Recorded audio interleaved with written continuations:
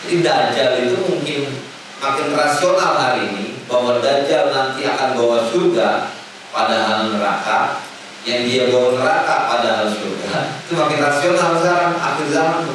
Kenapa? Karena ada orang-orang seperti Donald Trump, seperti Netanyahu, punya sepatu baru, punya jam baru, jalannya begini, betul.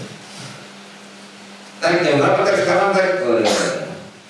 Si Junet ngomong ke begitu tadi, tangannya Junet sembari ke mukanya Ate. Ini bukan amalan sombong. Sombong itu bukan amalan fisik. Sombong itu adalah amalan hati, maksiat hati. Ketika diri merasa lebih baik dari orang lain. Assalamualaikum warahmatullahi wabarakatuh. Bismillah, walhamdulillah, wassalatu wassalamu ala rasulillah Sayyidina Muhammad ibn Abdullah wa ala alihi wa sahbihi wa wala wa la hawla wa la quwwata illa billah. Qala ta'ala fi wasiyati taqwa ya ayyuhalladzina amanu isbiru wassabiru wa rabitu wattaqullaha la'allakum tuflihun. Amma ba'd. Nafsi wa iyyakum bi taqwallah qad faza man yattaqi.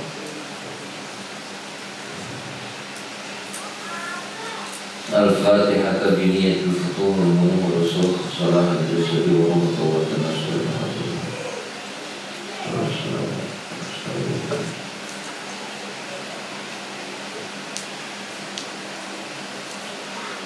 Fatihah.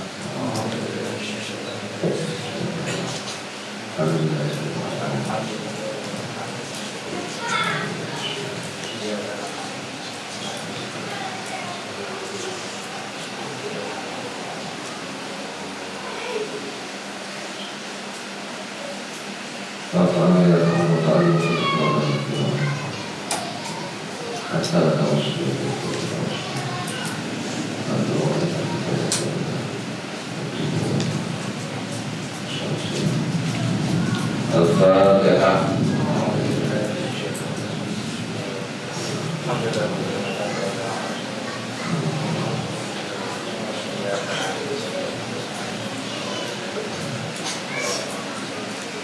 Al-Fatihah ila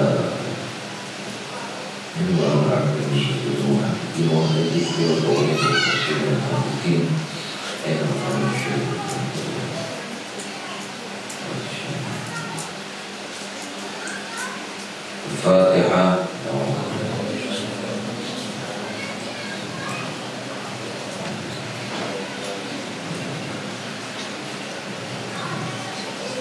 Bismillah wa amin. Jadi selama bulan Ramadan ini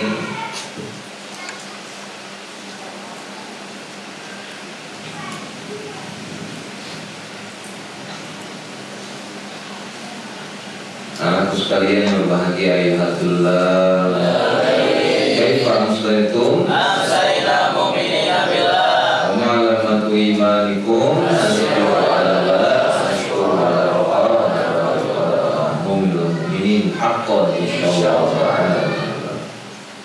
Ada sebuah riwayat yang mengatakan man masya ila majlisi ilmin fi Ramadan, man masya, barang siapa yang berjalan ila majlisi ilmin, kepada suatu majlis ilmu fi Ramadan, pada bulan suci Ramadan, kana lahu, adalah bagi orang tersebut di kulli khutwatin ibadah, setiap langkahnya itu pahala ibadah 1 tahun.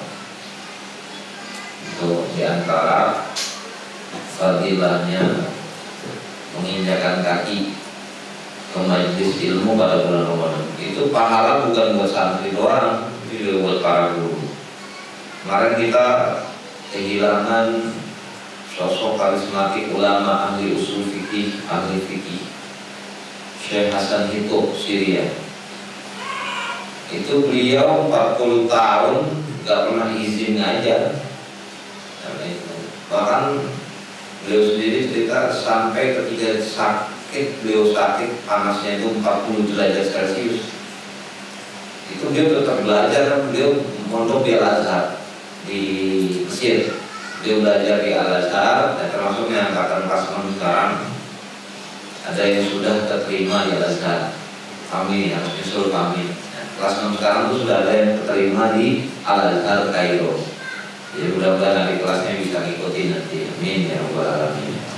Ya kalau nggak di Al-Azhar, ada juga banyak kampus-kampus di Jerman, di Australia, di Singapura, Malaysia. Nah, Syekh Hasanito itu ketika sakit 40 derajat Celcius, dia itu minta bantuan temennya untuk dipopong ke kampus, ke majelis ilmu. Supaya apa? Supaya harapannya, karena kalau beliau nggak begitu nanti ketinggalan pelajaran. Saat itu begitu, idealnya saat itu begitu. Jadi beliau paksa meskipun panasnya 40 derajat Celcius, beliau sampai ke sana, dipopong sama temennya. Istisfaan, harapannya justru selain takut karena ketinggalan pelajaran, beliau berharap justru dengan wasilah belajar tadi beliau bisa mendapatkan kesembuhan dan kesehatan. Balikannya sama kita, sakit dikit gak mau di poskesmas, maunya langsung pulang. Jadi sakitnya beda, dan makanya bukan wali kamu, yang wali mereka, karena susah. Level wali begitu, level wali mah dia bisa memilih sikap. Level wali itu mau disakitin bagaimanapun, mau bagaimanapun keadaan kondisi dunia. Sekarangnya opening perang dunia ketiga itu lagi opening ya. Perang dunia ketiga itu lagi opening. Nanti ngomong kan aku takutin, karena memang sekarang di bulan Ramadan lagi ada terjadi peperangan antara Amerika, Israel dan Iran. Lagi ramai sekarang. Jadi perang dunia ketiga itu udah mulai. Kalau kita masih bergelut dengan hawa nafsu, belum bisa melawan, menekan diri kita terhadap hawa nafsu kita, sulit kita untuk terus eksis nanti di masa yang akan datang, untuk menunjukkan bagaimana seharusnya muslim mukmin yang qawi itu yang seperti apa. Tapi sekarang masih ada serangan-serangan. Iran diserang sama Israel, Amerika nyerang Iran diserang sama Israel, Iran serang balik ke Israel, Amerika nggak terima, dihantam lagi. Terus aja begitu. Berjalan beberapa hari, 1 bulan. Sampai ada titik hari ini, tadi pagi, tadi malam ada masih update status Imam Ali Khomeini sebagai presiden tertingginya Iran. Itu ada update status malamnya sahur. Paginya dapat info bahwa beliau kembali kepada Allah dalam keadaan syahid. Jadi ketika bangun tidur tuh merasa aneh, kembali yatim, dan kita semua ini kembali yatim. Kenapa kita kembali yatim? Salah satunya karena satu-satunya negara yang menolak sujud kepada Amerika hari ini ya Iran. Indonesia gak bisa berbuat apa-apa, langsung board of peace. Padahal board of peace artinya perkumpulan perdamaian yang dianggap itu dicetuskan sama Trump, sama Amerika. Amerika yang mencetuskan Indonesia ikut andil di dalam board of peace itu. Padahal kita tahu gimana manipulatifnya Amerika mengatasnamakan perdamaian, padahal yang dia bangun adalah kehancuran. Jadi Dajjal itu mungkin makin rasional hari ini bahwa Dajjal nanti akan bawa surga padahal neraka, yang dia bawa neraka padahal surga. Itu makin rasional sekarang akhir zaman. Kenapa? Karena ada orang-orang seperti Donald Trump, seperti Netanyahu. Coba bayangin, habis nyerang Iran, ganggu. Tiba-tiba Donald Trump ngomong, sekarang Iran sudah aman, jangan keluar, kepada para penduduk Iran, jangan keluar rumah. Di luar rumah banyak bom, banyak nuklir, banyak rudal. Kalau kamu tetap di rumah, kamu akan aman. Besoknya tiba-tiba dikirim rudal ke sekolahan, jedam, 40-an anak-anak santri siswa meninggal. Bayangin, Dajjal bukan itu. Ngomongnya damai tapi prakteknya membawa ke madrotan dan membawa ke mafsadatan. Ini ada lagi nggak ngomongin politik, tapi bagaimana kita seharusnya santri berpegang teguh kepada kebenaran, sebagaimana guru-guru kita selalu berpegang teguh kepada kebenaran. Dan nanti merasa hari ini yakin lagi karena satu-satunya ulama meskipun Syiah ya, si Ali Mu'in ini Syiah. Tapi beliau pernah memfatwakan keharaman untuk menghina, dan kan Syiah itu sebenarnya wiridannya itu mencela dan menghina sahabat-sahabat Nabi, termasuk istri Nabi Sayyidah Aisyah. Jadi wiridan mereka itu menghina Sayyidah Aisyah, menghina Abu Bakar, Umar, Utsman. Kenapa mereka menghina? Karena seharusnya yang menjadi pemimpin setelah Nabi adalah Sayyidina Ali. Tapi Imam Ali Khomeini ini kan, meskipun Syiah, beliau memberikan fatwa larangan pikiran yang menyakiti perasaan para sahabat. Jadi nggak boleh lagi bawa nama Sayyidah Aisyah, menghina Sayyidah Aisyah. Nggak boleh lagi haram menzikiri Sayyidina Abu Bakar, Umar, Utsman dengan kalimat-kalimat jelek. Itu kan Ali Khomeini.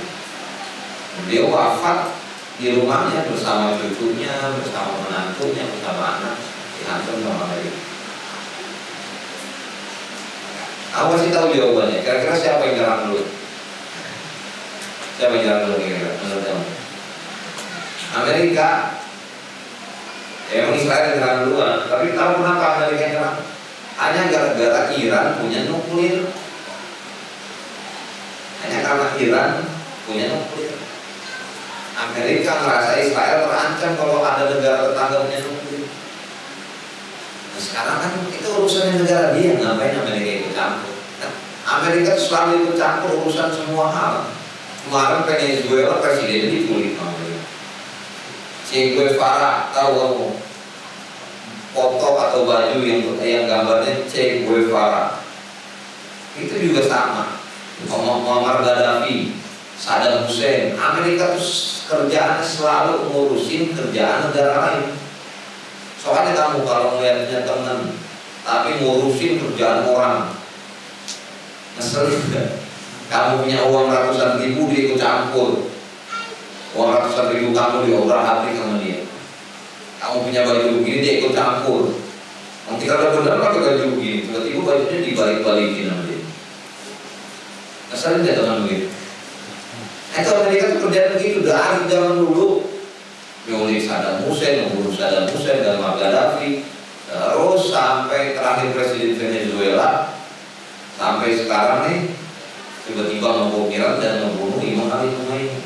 Satu-satunya negara yang nolak tunduk sujud kepada Amerika. Ketika negara lain itu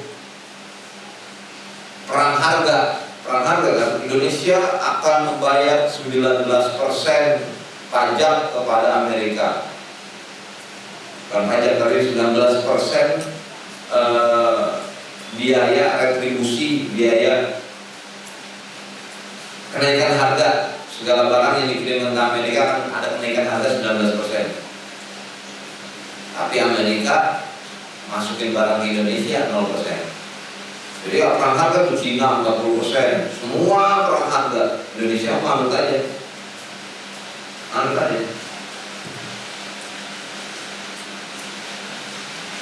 Jadi ya bahkan data-data kita semua ditransfer ke Amerika secara gratis sebagai bagian dari perjanjian perdagangan.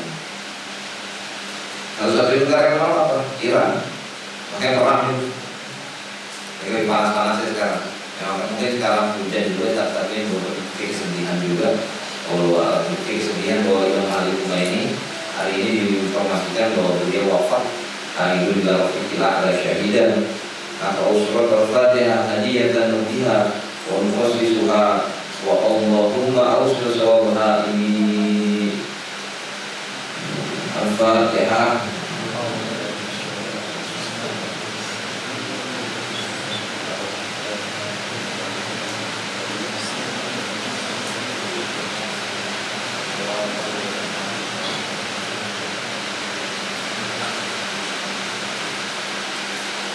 Qala al-mu'allifu rahimahullahu ta'ala wa nafa'ana bihi wa bi'ulumihi fid dharain amin ya rabbal alamin ila qala.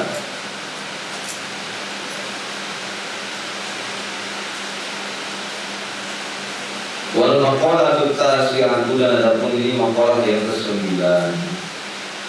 An Sufyan ats-Tsauri, riwayatkan daripada Imam Sufyan ats-Tsauri, radhiya mudah-mudahan meridhoi siapa Allah anhu kepadanya Imam Sufyan ats-Tsauri.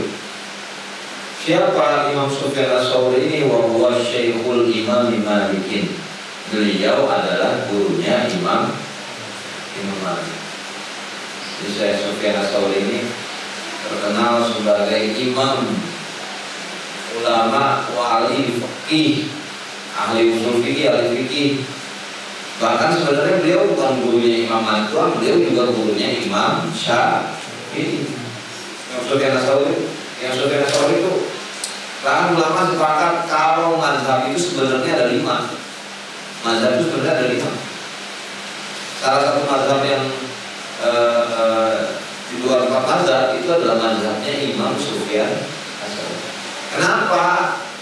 Tapi tidak jadi mazhabul arba'ah, mazhabul khamsah, karena muridnya tidak mendokumentasikan fatwa-fatwa atau cara berpikir, kaidah-kaidah berpikirnya Imam Sufyan ats-Tsauri. Kalau Imam Syafi'i kan punya murid berapa?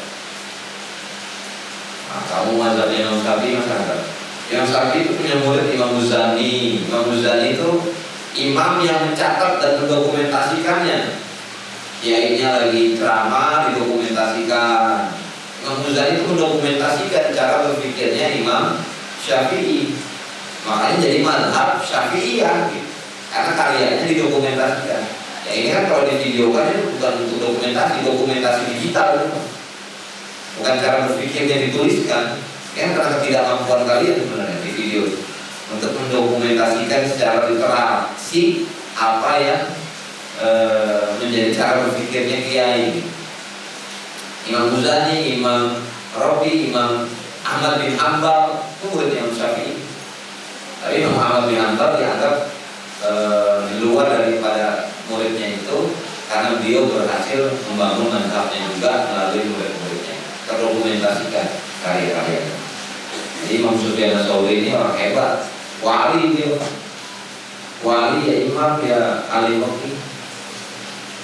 Bahkan salah satu ciri orang alim itu wirid itu gak buat lama-lama, zikiran itu gak buat lama, bukan zikiran, wiridan yang kayak kamu anggap sebagai wiridan itu mereka biasanya gak lama-lama.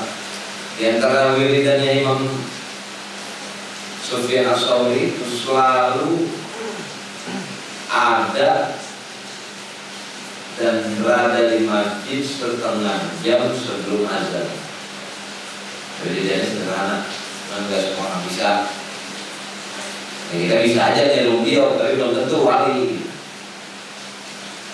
Ketika ditanya kenapa kamu ada setengah jam sebelum azan, misalkan Muhammadiyah itu mandi Alfa rajin banget belum azan udah di masjid.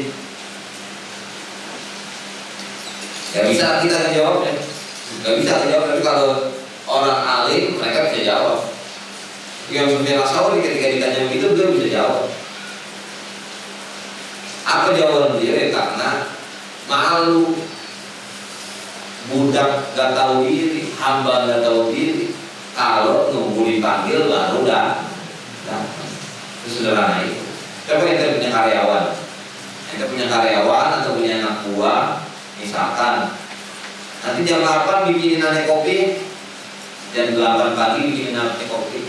Tiba-tiba jam 8 nggak ada perintah untuk bikin kopi, dia nggak bikinin kopi ke kita. Kira-kira itu karyawan atau budak yang baik atau enggak?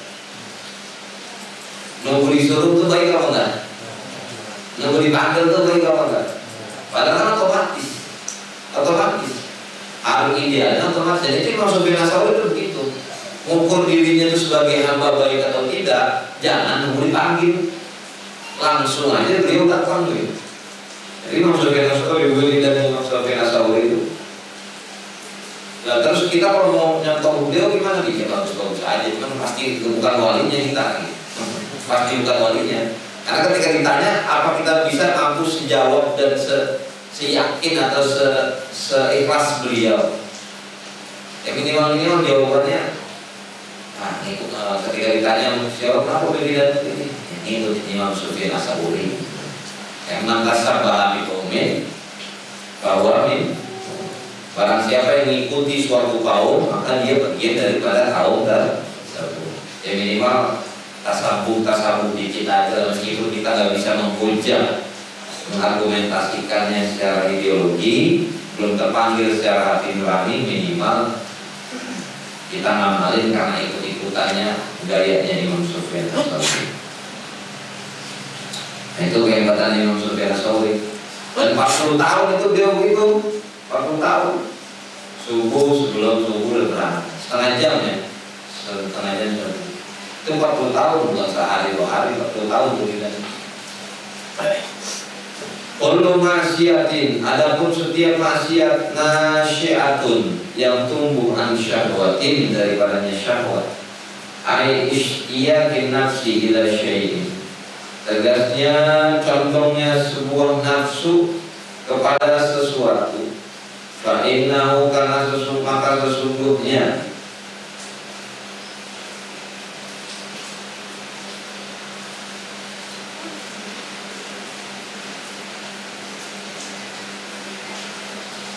segala maksiat itu yurja gufronha, yang diharapkan apa gufronha, pengampunannya maksiat tadi. Kullu maksiatin, dan adapun setiap maksiat nasya'at yang tumbuh an kibrin daripada kesombongan, ai da'wal fadli, mengakui keunggulan, keutamaan, fa innahu la yurja gufronha, maka sesungguhnya hal tersebut tidak diharapkan apa gufronha, pengampunannya. Di anna maksiata iblisa, karena sesungguhnya maksiat iblis itu karena asluha, adalah pokok daripada maksiat tersebut, minal kibri, daripada kesombongan. Jadi Imam Sufyan Ats-Tsauri, saking ulama sepakat sebagai murid, sebagai salah satu orang yang alim, bahkan kalau punya mazhab tadi ini jadi mazhab, salah satu mazhab mungkin akan jadi 5 mazhab itu karena kehebatan Imam Sufyan Ats-Tsauri. Karena setiap kita pasti ada pukilannya Qala Sufyan Ats-Tsauri, Qala Sufyan Ats-Tsauri. Jadi masih terdokumentasikan tapi berantakan gitu. Jadi di kitab Ihya Ulumuddin ada Imam Ghazali mukil Qala Sufyan Ats-Tsauri. Ini aja Nawawi mukil Qala Sufyan Ats-Tsauri. Jadi berantakan di mana-mana gitu makolahnya, nggak terdokumentasikan, nggak tersatukan.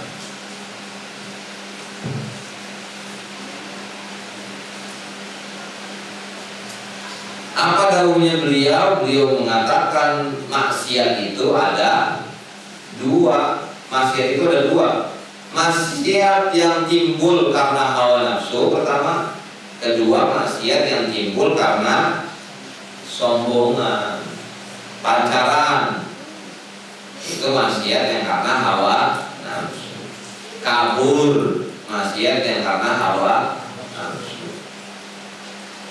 Apa? Mokel. Ada yang ada mokel ini. Teks berapa? Enggak. Ada yang lihat di Naspat Beragati ada sarung warna merah.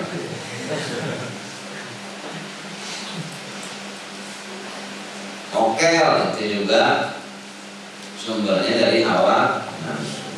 Segala dosa yang bersumber dari hawa nafsu masih diharapkan pengampunannya, cukup dengan bertaubat.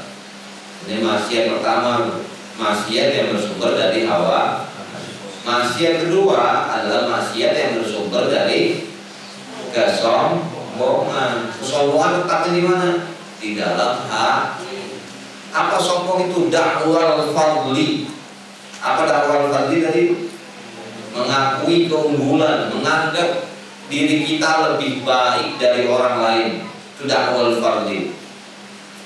Itu memang sombong itu bukan amalan zahir. Punya sepatu baru, punya jam baru, jalannya begini. Betul. Jam berapa sekarang? Si Junet ngomong kate begitu tadi, tangannya Junet sembari ke mukanya Ate. Ini bukan amalan sombong. Sombong itu bukan amalan fisik. Sombong itu adalah amalan hati, maksiat hati. Ketika diri merasa lebih baik dari orang lain. Ada yang salamannya sampai cium tangan bolak-balik, kelihatannya tawadu, tapi hatinya ngerasa mudabir ini anak lebih baik dari dia. Dan dia suruh siaran, memang enggak. Memang meskipun pacaran juga, mengakui kesalahan, itu hukum ini pacaran ini. Dakwal fadli ini yang baik orang baik. Jadi ilmu ini bukan untuk menghukumin orang, ilmu ini untuk menghukum atau mendiagnosa diri sendiri. Ketika diri merasa lebih, ketika ada dakwal fadli, penyakit dakwal fadli ini ada pada diri kita dan tidak terdiagnosa, merasa diri lebih baik. Annahum yusinuna sun'atu, dalam ayat Quran disebutkan dia tuh merasa amalannya benar, ibadahnya benar, padahal dia adalah orang yang tersesat, orang yang salah. Ketika dia maksiat bersumber daripada kesombongan, tidak akan pernah ada kebaikan dan kebenaran yang bisa dia terima. Dinasehatin susah.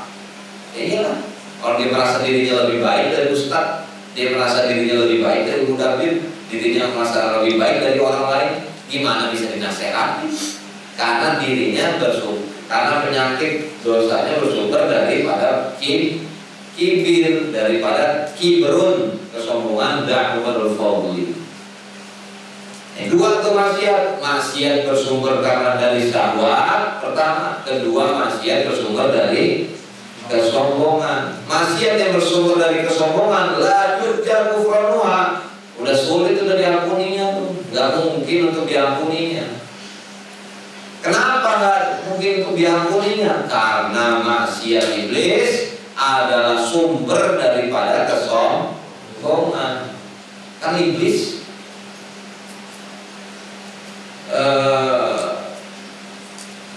diusir dari neraka, diusir dari surga itu kan karena apa?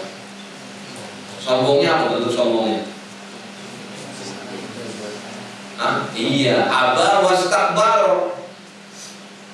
Ketika Nabi Adam diciptakan, Allah perintahkan, ayo semuanya sujud pada baginda Adam. Protes iblis, kenapa saya harus sujud ke Adam?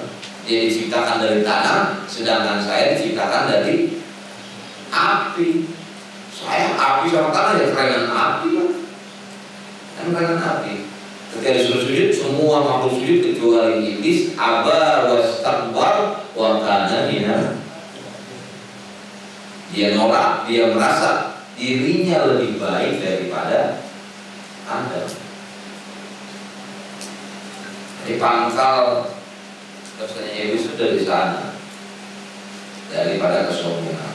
Yaz'amu annahu khairun min sayyidina Adam. Dia mengira bahwasanya iblis itu lebih baik daripada sayyidina Adam. Itu kalau Imam Sufyan Ats-Tsauri, masya Allah, itu visioner banget pandangannya beliau bahwa ya maksiat itu adalah bersumber dari dua hal. Ini Imam Sufyan Ats-Tsauri ngomong begini bukan berarti menyepelekan bagi kita terhadap dosa-dosa yang bersumber dari syahwat. Tetap dosa yang bersumber dari syahwat harus ditaubati, harus diistighfari, harus dinadami. Nadami itu dinyeselin, harus diazamin untuk tidak diulangi. Ya, ketika ulama ngomong ketika dokter ngomong pentingnya obat penghilang pusing, bukan berarti obat pencernaan nggak penting, karena pasiennya lagi sakit pusing. Kalau pasien lagi sakit tentang pencernaan, ya mungkin akan diberikan obat tentang pencernaan. Jadi awas, rojak dan khauf itu harus benar-benar seimbang. Wa li anna zillata sayyidina Adam alaihi salam kana asluha minasyahwati. Dan sesungguhnya tergelincirnya Sayyidina Adam, karena Nabi Adam punya salah nggak ke Gusti Allah? Nabi Adam punya salah nggak ke Gusti Allah? Punya. Apa salahnya Nabi Adam? Memakan buah khuldi. Ini di keyakinan agama samawi manapun, Kristen dan lain sebagainya sama. Adam, Nuh itu di Amerika disebutnya Noah, Daud disebut sebagai David, apalagi Musa sebagai Moses, Isa sebagai Ishak. Jadi sama keyakinan agama samawi itu, nabi-nabi sama kayak kita. Dan mereka Kristen nggak meyakini Nabi Muhammad SAW, bahwa Nabi Muhammad adalah penutup dari para nabi. Kenapa mereka nggak meyakini? Karena Nabi bukan dari orang Israel. Nabi bukan orang Israel.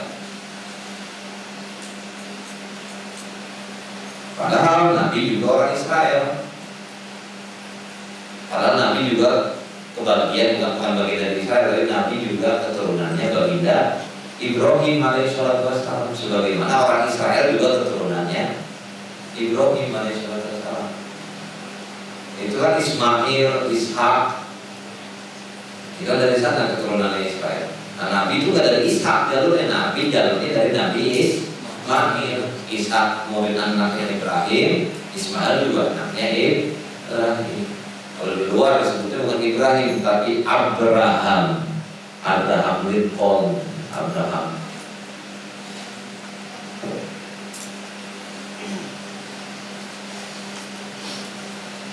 Ponakanannya itu namanya Gabriel, Jibril. Gabriel, katanya Inggris banget ya, keren. Padahal Jibril itu artinya.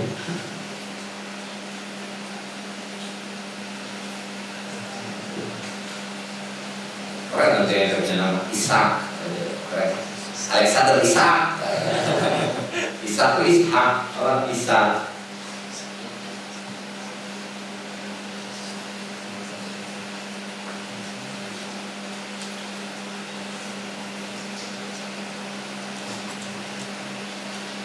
Jadi Nabi Adam punya kesalahan sebab makan buah khuldi.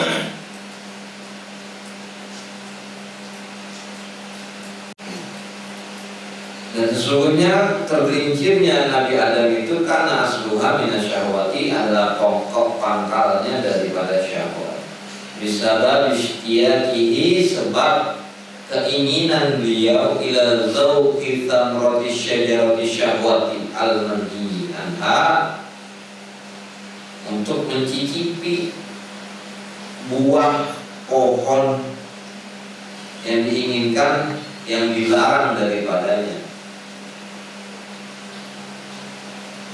Nah, itulah kalau Nabi Adam sama iblis sama dosa. Dengan apa yang membedakannya? Nabi Adam dosa karena syahwat, beliau diusir dari surga. Bahkan kisahnya banyak tuh, kisah-kisah bagaimana Nabi Adam diusir, berapa tahun Nabi Adam diusir, bahkan ditelanjangi, bahkan sampai harus dipisahkan dengan istrinya Sayyidatina Ummina Hawa alaiha salatu wassalam. Tapi setelah itu dimasukkan surga lagi.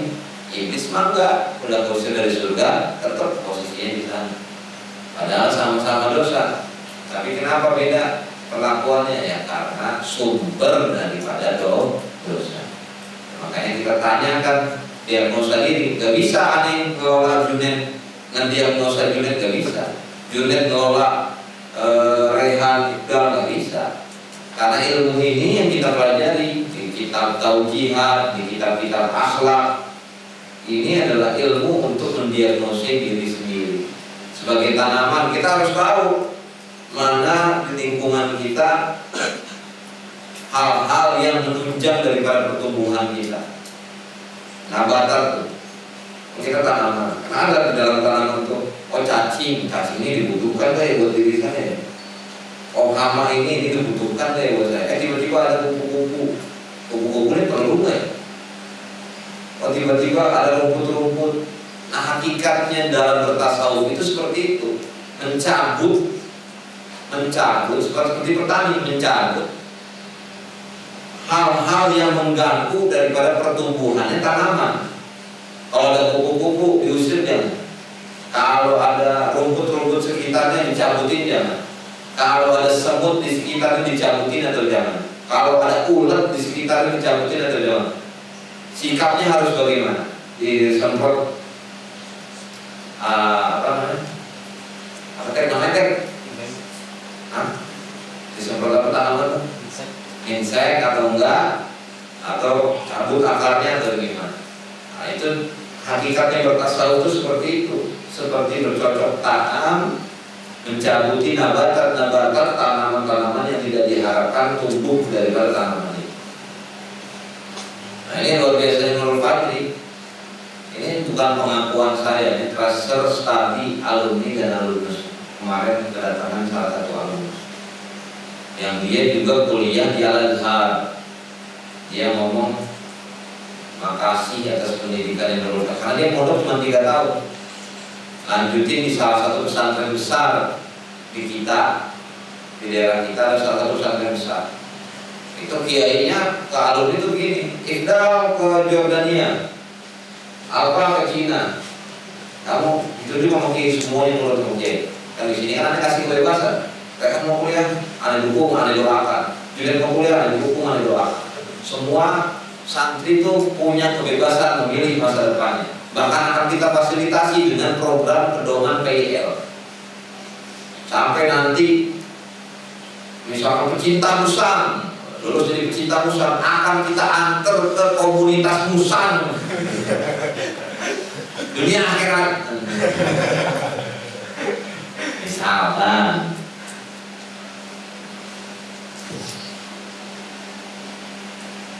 dari beberapa pesantren, Anda nggak mau sebut namanya ya, tapi pesantren besar, gede pesantren. Dia tunjuk, kamu sana Cina, sana berangkat mereka terus dari ratusan yang berangkat, hanya 5 yang lulus, hanya 10 yang lulus.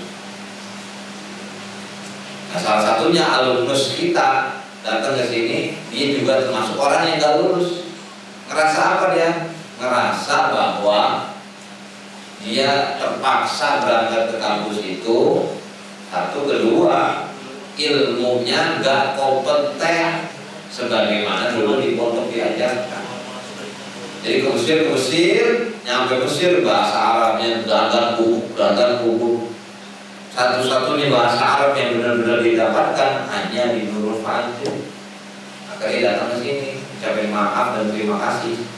Karena satu-satunya yang kalian belajar pondok, justru pondok yang besar ini yang katanya besar justru akademiknya kurang. Meskipun lulusannya banyak yang keluar negeri, tapi 100 orang cuma 10 orang yang lulus. 90-nya balik lagi karena gak mampu, akademiknya kurang. Maka alhamdulillah kayak Fahmi itu juara kebetulan Fahmi karena kurikulum Nurul Fadli. Siapa lagi juara ini? Kaihan, Yunet itu juara bukan kebetulan karena dari kelas 1 kurikulum yang kita anggap setan ini memang melahirkan orang-orang terbaik secara akademik. Karena ada tuh wali santri, Pak Kiai anak saya nggak bisa orang ini, nggak bisa orang itu. Kalau bisa hafalannya nggak apa-apa, hafal Fatihah sama Qul aja. Ada wali santri ngomong gitu kan? Oh ya nggak apa-apa, nggak apa-apa. Anak tuh nggak mesti kayak Rehan semua, nggak mesti kayak Julian semua. Ada datang begitu, angkatannya Ustaz Umam kalau nggak salah. Angkatan Ustaz Umam, perempuan, ingat banget. Ya kan Senggol angkatan, ya itu perempuan datang. Rumahnya masih di sana. Ngomong begitu, oh iya gak apa-apa. Yang penting mondoknya, belajarnya, jangan udah dikasih keringanan malah makin enteng-enteng. Tetap berusaha semampu mungkin supaya bisa tuntas imamah, tuntas amal yang tadi. Semampu mungkin kan kita diperintahkan sama Allah, fattaqullaha mastata'tum, takwalah kepada Allah semampu kita. Bukannya udah dikasih keringanan malah santai-santai melihat temennya hafalan dia lah nyambi kalau dalam ini kalau bola kan itu bola kita pengen nyeleding aja bola.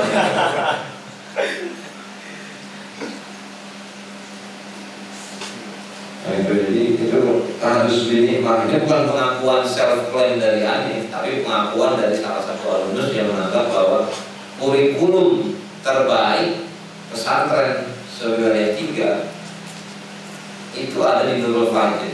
Satrobi itu pernah ngajar di beberapa pesantren. Di Amanatul Ummah, Al-Hikmah, itu dia sampaikan ini kita yang terbaik. Ya bahkan pesantren yang kemarin on field trip ke sini, kamu tahu berapa biayanya? TK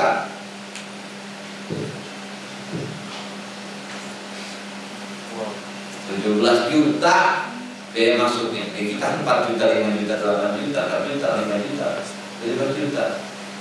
Bahasa Arabnya ada enggak? Tahfidnya katanya sampai tahfidnya berarti jatuh.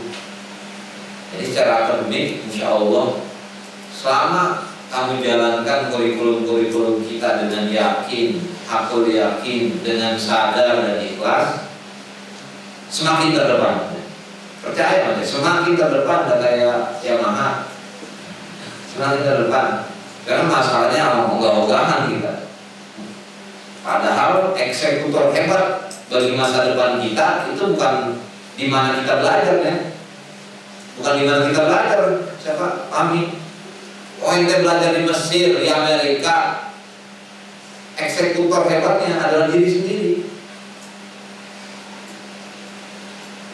Adalah diri sendiri. Walaisa lil insani illa ma sa'a. Man yazra ya. Jangan sampai kita mengira ilmu ada di Amerika, kita pergi ke Amerika. Jangan sampai kita mengira ilmu ada di Irak, kita berangkat ke Irak. Jangan sampai kita mengira ilmu ada di Mesir, kita berangkat ke Mesir. Jangan sampai kira kita ilmu itu ada di Singapura, kita berangkat ke Singapura. Kita berangkat ke sana ternyata tidak ada ilmu di sana. Karena sesungguhnya ilmu sejati itu ketika adanya kesadaran pada diri sendiri. Al-ilmu yuta walayati. Ilmu itu yang kita datangi, yang terbang kesadaran, awareness bahwa kita tuh membutuhkan daripada hal itu. Ada salah satu studi di Amerika tentang uji coba ratusan orang dibagi jadi 3 kelompok. Satu kelompok dibagi jadi 2 kelompok. Satu kelompok isinya kelas taujihat motivasi. Isinya taujihat dan motivasi. Satunya lagi kelompok yang diisinya tanpa motivasi, tanpa taujihat, hanya cukup dengan perencanaan individu, talafut, implementasi niat. Bahasanya orang Amerika itu implementasi niat. Bahasanya kita talafut, sholli fardhu zuhri, talafut. Diujilah mereka. Di situ dijelaskan tentang pentingnya kesehatan. Mereka yang termotivasi diberikan motivasi pentingnya badan sehat. Ditontonin mungkin tuh gambar Aderai, Deddy Corbuzier. Ujian kan begitu, membakar semangat. Setelah berjalan, yang di kelas motivasi hanya melahirkan 20% daripada orang-orang yang mau beranjak olahraga. Beranjak 20%.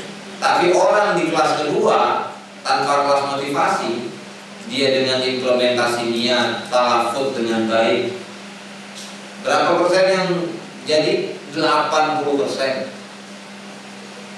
Jadi bukan tentang seberapa aneh kurang motivasi. Motivasi itu faktor eksternal. Motivasi faktor eksternal. Yang paling penting itu faktor internal. Hal-hal yang bisa kita kelola daripada diri. Karena kemarin ngomong Banyak hal di dunia ini yang nggak bisa kita kendalikan. Fokus kepada hal-hal yang bisa kita kendalikan. Orang ke Mekah, ke Amerika, nggak bisa kita kendalikan aturan-aturan sana. Oh, nggak ada aturannya, tapi kita tetap bisa mengendalikan diri sendiri. Masa mau kita ubah aturan Amerika nggak boleh ngerokok? Oh, apalagi di Singapura itu nggak boleh. Yang Singapura pernah. Di Singapura tempat ngerokok itu cuma mana ya? Tempat ubinnya segini. Nggak boleh ngerokok sembarangan. Jadi ngerokok di situ ada yang berdiri dari rokok gitu. 3 orang ngerokok rambut segitu. Orang Indonesia semua teman-teman ada semua bagus.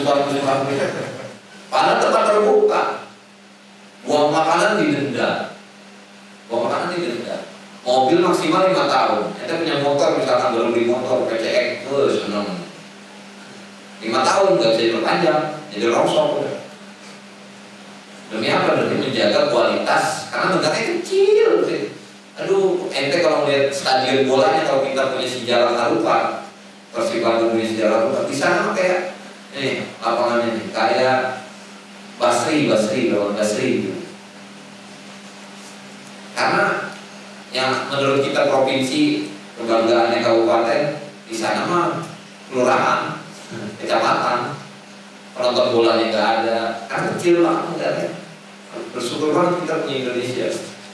Kita punya rumah, punya halaman, malam bisa bubun jeringan di halaman. Di Singapura mah nggak bisa, karena nggak ada halaman.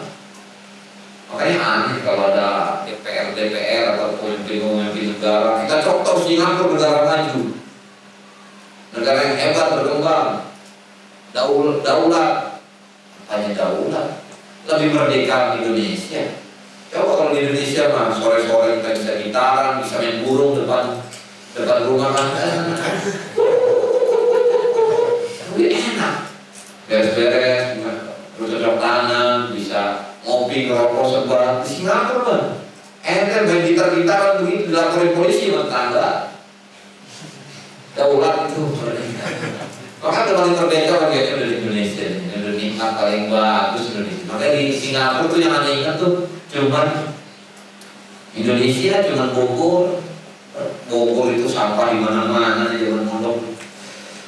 Jadi aneh ketika ngeliat apalagi pas ada patung lain berpotong singa, ngecurin itu kan di mulutnya air malam.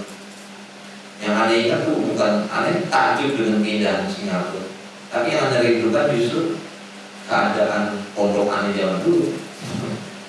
Uki beneran aneh malah ingat kangen suasana 6 tahun di Bogor, dinginnya, tidur bareng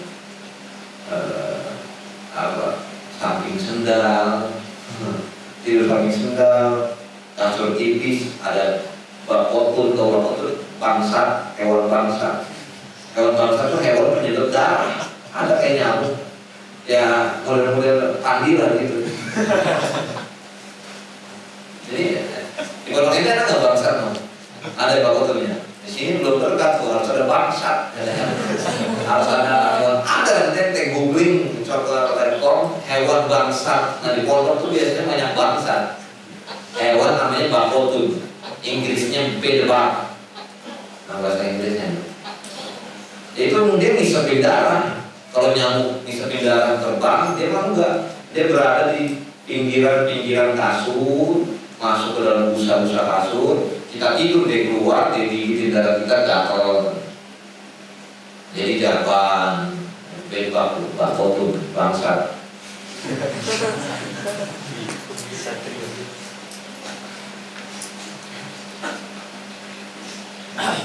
Jadi di Singapura hanya kan tentang kerinduan hanya terhadap hukum. Meskipun di Singapura itu ada tidur di hotel, makan enak, pemandangan indah, tapi yang dirindukan Bogor. Kenapa Bogor? Ada wal maqalatul asyiratu wallahu ta'ala a'lam rabbil